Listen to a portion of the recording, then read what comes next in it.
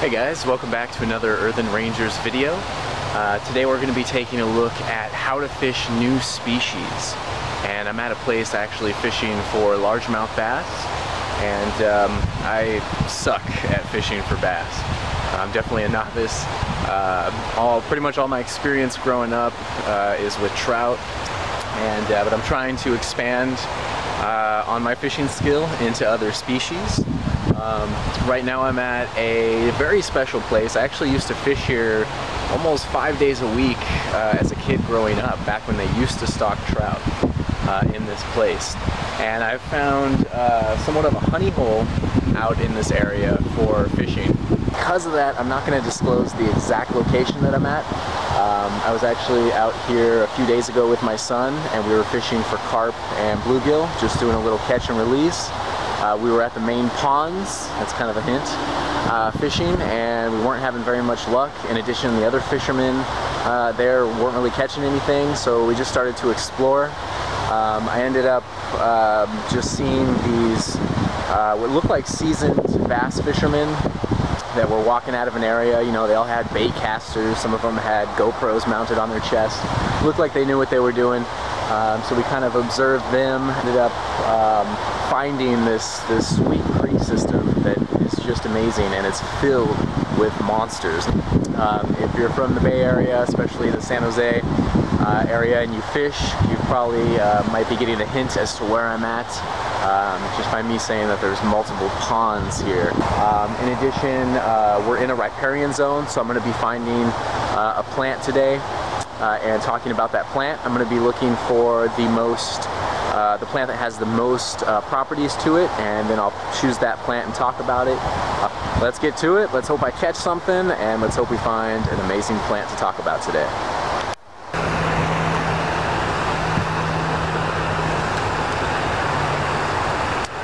With all outdoor skills, one of the biggest skills to bring to that table, especially when you're new to that skill, is to utilize awareness.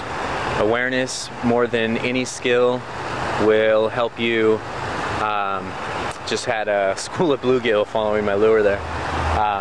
Will help you learn the most as quickly as possible about that skill. And so that's going to be things like awareness, observation, tracking, sign tracking. All those things fall under the category of awareness, as I learned from the primitive survival schools that I've attended. And it's absolutely true. Part of what I'm doing out here today, more than worrying about actually catching a fish, is observing the fish. And that's something that's really amazing that I can do in this creek, which is extremely clear. And with a pair of polarized sunglasses, you can see really well in this creek. So what I'm doing is I'm observing where the fish are at. I'm observing what the fish are eating. I'm also noticing what attracts fish. You know, every once in a while I'll have a giant bass that follows my lure, and he'll get in close to me as I'm reeling in the lure, and then just stops and turns around. And so I'm asking that sacred question now: why is he stopping? Why is he not hitting my lure? And it could be because he sees me, so maybe I'm not being stealthy enough in where I'm positioning myself. It could be the way I'm fishing the lure and the action that I'm giving on the lure. I've noticed the first few times I've done this, I'll have like a 3 or 4 pounder follow my lure, and then all of a sudden as he gets close to the lure, I'll stop. And I think that's just a rookie mistake that I'm making, because I'm wanting to like stop moving the bait and present it in front of his face and being like, hey, here's the bait, go ahead and bite.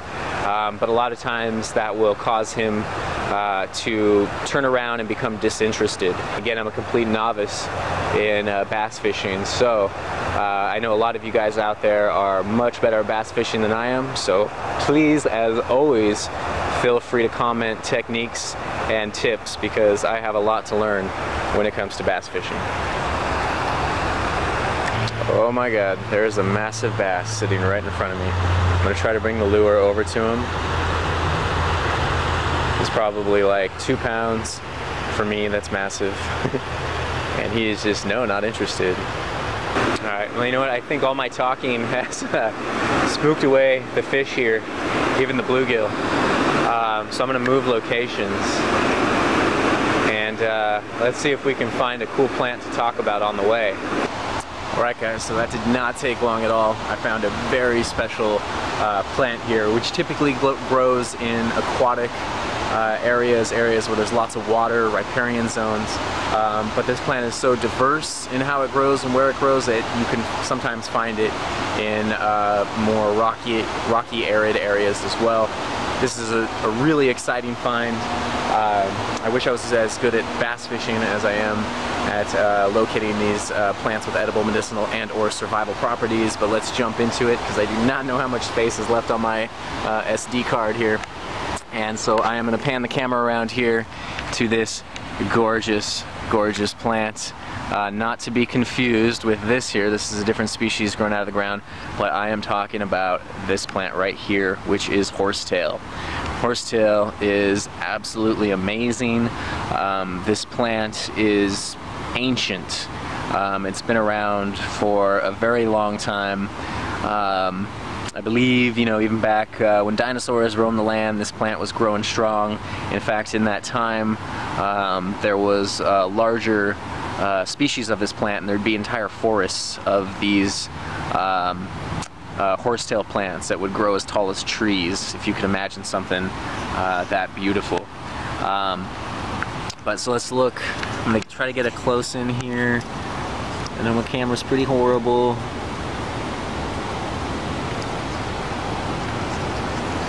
But absolutely beautiful. When this plant is young, when it's more edible, it will not actually have these needle-like shoots coming out.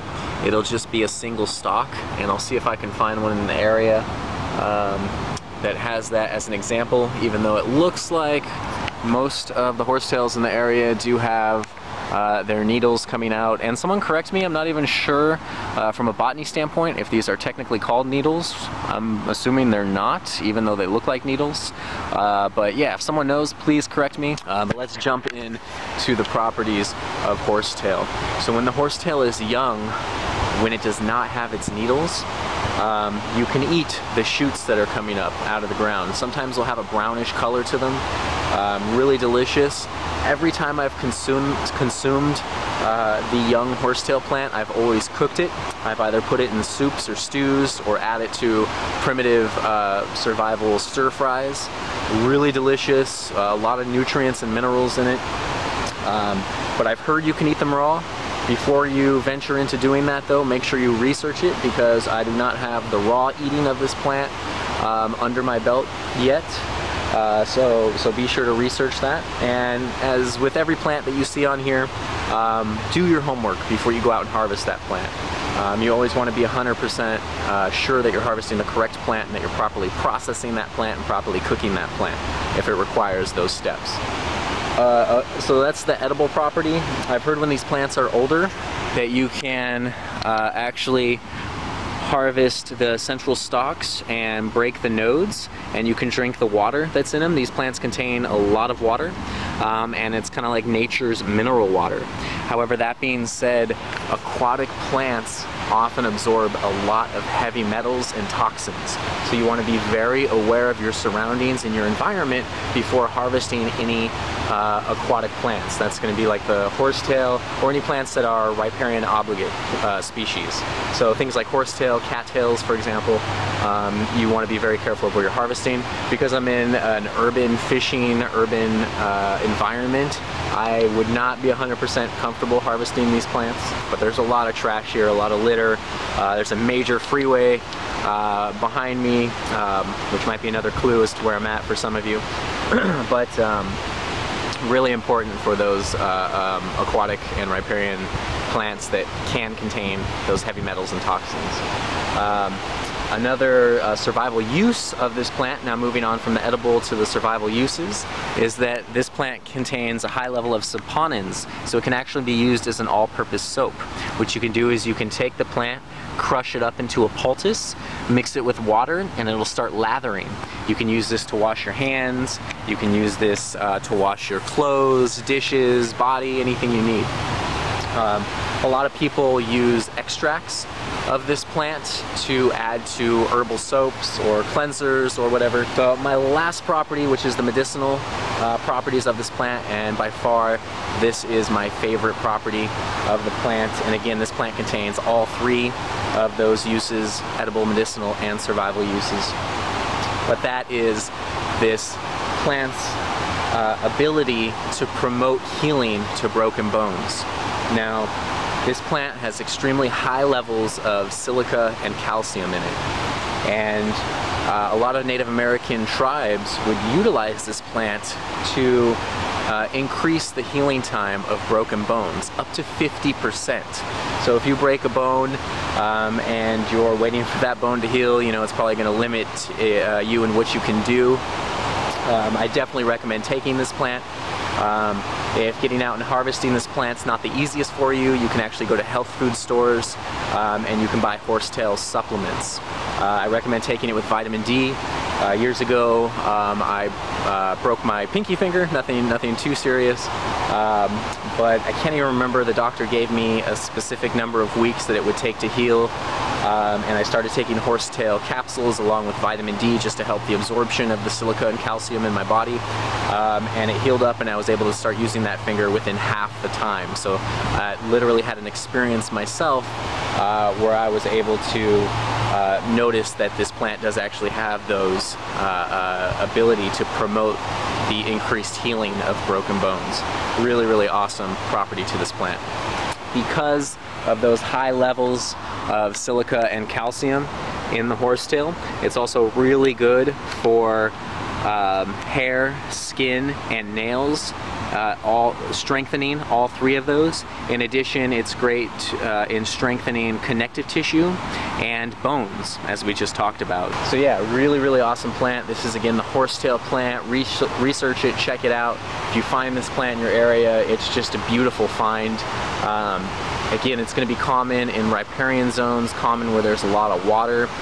If you're in conifer forests, look for areas where two hills meet and have that kind of crevice where there might be a seasonal creek. A lot of times you'll find horsetail there if horsetail does grow in that area. And I think there's something like 19 or 20 species of horsetail throughout the world, so this is a plant that you can find in many places throughout the world. So it's a great plant to know and a great plant to add to your survival knowledge.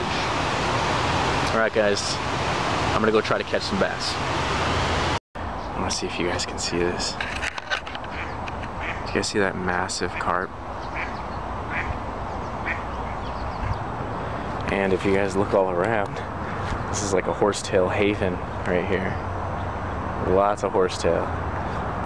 It'll often grow in clumps like this. I'll switch lures pretty soon here, because I'm not having a whole lot of luck on this one. Mix it up and experiment with something different. Yeah, let's move down. I can actually see a spot from here that looks a little easier to fish. Bye-bye, horsetails. As I almost fall down. We got some fennel, also known as anise, which we'll talk about later. Oh, I don't know if you guys can see that, but it looks like a dragonfly. It's actually a damselfly, and it's called a vivid dancer. They are gorgeous, and this is some of the most common damselflies that I see. It's on that rock. I'm not sure if the camera's picking it up at all, but it's there.